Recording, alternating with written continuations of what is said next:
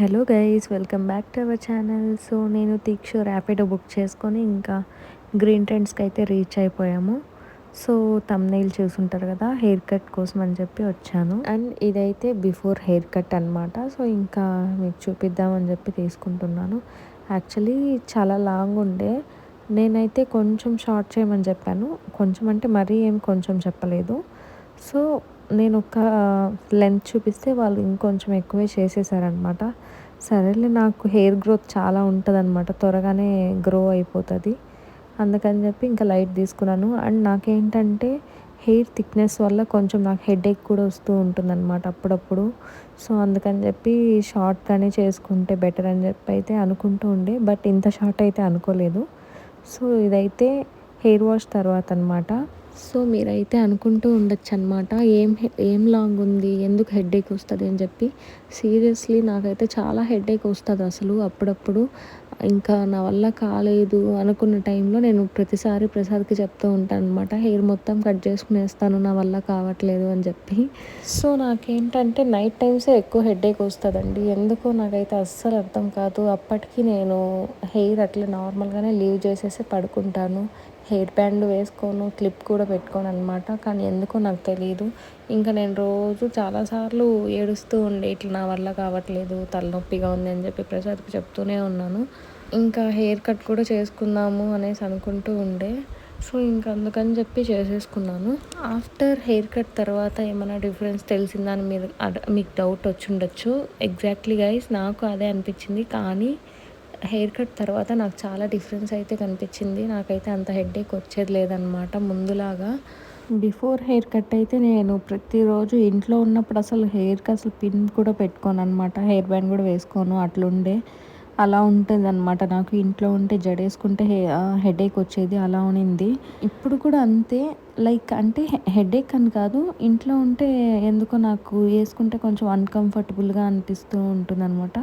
మీకు అలా ఏమన్నా అనిపిస్తుందా? నాకు కొంచెం కమెంట్స్లో చెప్పండి. లేదా నాకు ఒక్కటే ఇలా అనిపిస్తుందా, ఏం అర్థం కావట్లేదు.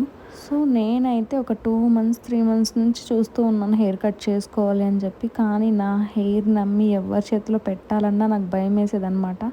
యాక్చువల్లీ నేను తిరుపతిలో టోనియన్ గాయ్లో తప్ప నేను ఎక్కడ చేసుకోను. హెయిర్ కట్ చేసే తన నేటివ్ ప్లేస్లోనే ఇంకా ఓన్ బ్రాంచ్ పెట్టుకొని వెళ్ళిపోయాడనమాట. యాక్చువల్లీ తను ఉన్నది మణిపూర్లో అనమాట. సో ఇంకా అక్కడే తన ఓన్ సలూన్ అయితే పెట్టుకున్నాడు. సో అందుకని చెప్పి ఇంకా నేను సైలెంట్ అయిపోయాను. ఇంకా ఎందుకో ఇంకా సరేలే అని చెప్పి ఇంకా చూసి సెర్చ్ చేస్తుంటే గ్రీన్ ట్రెండ్స్లో రివ్యూస్ బాగున్నాయని చెప్పి ఇంకా బెంగళూరులోనే వెళ్ళాను అనమాట. సో ఇక్కడైతే హెయిర్ కట్ అయితే కంప్లీట్ అయిపోయింది. ఫస్ట్ ముందుకే కానీ షాక్ అయ్యాను, ఏంట్రా బాబు మొత్తం కట్ చేసి దొబ్బింది అనేసి అనుకుంటూ ఉండే. లుక్ అయితే బాగా వచ్చింది.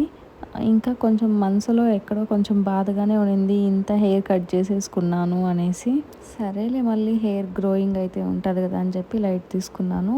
సో ఈ లుక్ కూడా నాకు కొంచెం బాగా సెట్ అయింది అనిపించింది.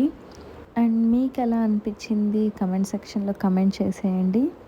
ఆల్రెడీ నేను షార్ట్ అప్లోడ్ చేశాను కదా, అందులోనే నాకు కమెంట్స్ చూశానమాట. మళ్ళీ ఇంకొకసారి అడుగుతున్నాను. సో ఎవరైనా చూడకపోతే చూసి కమెంట్ చేయండి లుక్ అయితే ఎలా ఉంది అని చెప్పి.